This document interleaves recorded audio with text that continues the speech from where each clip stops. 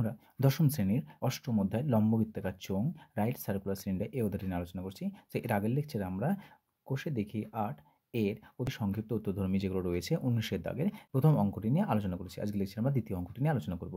প্রদত্ত কি বলে দেওয়া আছে? ২ নম্বর প্রবলেম বলে দেওয়া আছে, দেখো যে দুটি লম্ব বৃত্তাকার নিরেট চোঙের ব্যাসার্ধের দৈর্ঘ্য অনুপাত 2:3 এবং উচ্চতার অনুপাত 5:3 হলে তাদের আয়তন অনুপাত নির্ণয় করতে বলেছে। তাহলে ধরে নিচ্ছি আমরা যে ধরি চোঙ দুটির ব্যাসার্ধের দৈর্ঘ্য সমান r1 একক ও r2 একক এবং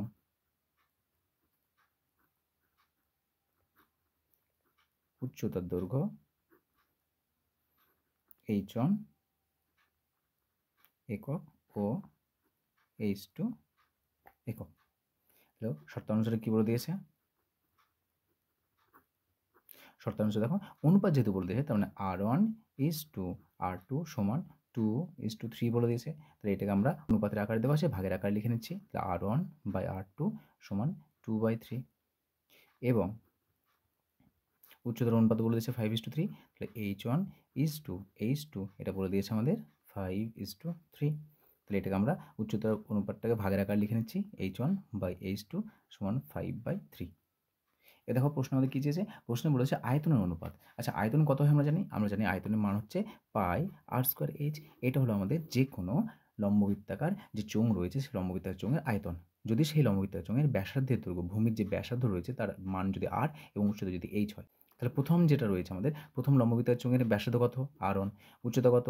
h1, আয়তন কত হবে? πr1² h1 এটা হবে। আবার দ্বিতীয় চোঙের ব্যাসার্ধ হচ্ছে আমাদের r2, উচ্চতা হচ্ছে h2, তাহলে তার আয়তন কত হবে? πr2² h2। শুধুমাত্র r এর জায়গাতে r2, h এর জায়গাতে h2, যেহেতু দ্বিতীয় চোঙের উচ্চতা আর ব্যাসার্ধ আলাদা, অনুরূপভাবে প্রথম চোঙের ব্যাসার্ধ উচ্চতা আলাদা, শুধুমাত্র সেই ব্যাসার্ধের জায়গাতে তাদের মানগুলোকে এবং উচ্চতার জায়গাতে তাদের মানগুলোকে বসিয়েছি। তো লিখে নাও, অতএব চোঙ দুটির আয়তনের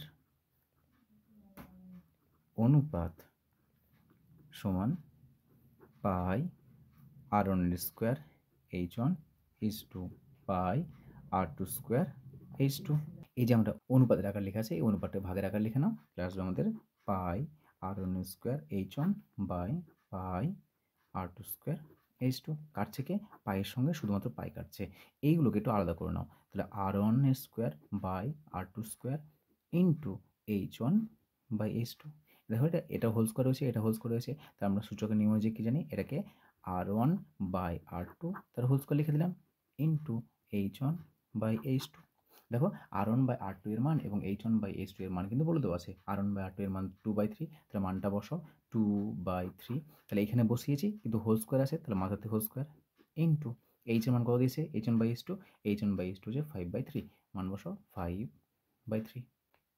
এটা হচ্ছে আমাদের স্কোয়ার যেহেতু আছে, তাহলে 4, 2 এর স্কোয়ার 4 হয়ে গেল, 3 এর স্কোয়ার 9 ইন্টু 5/3।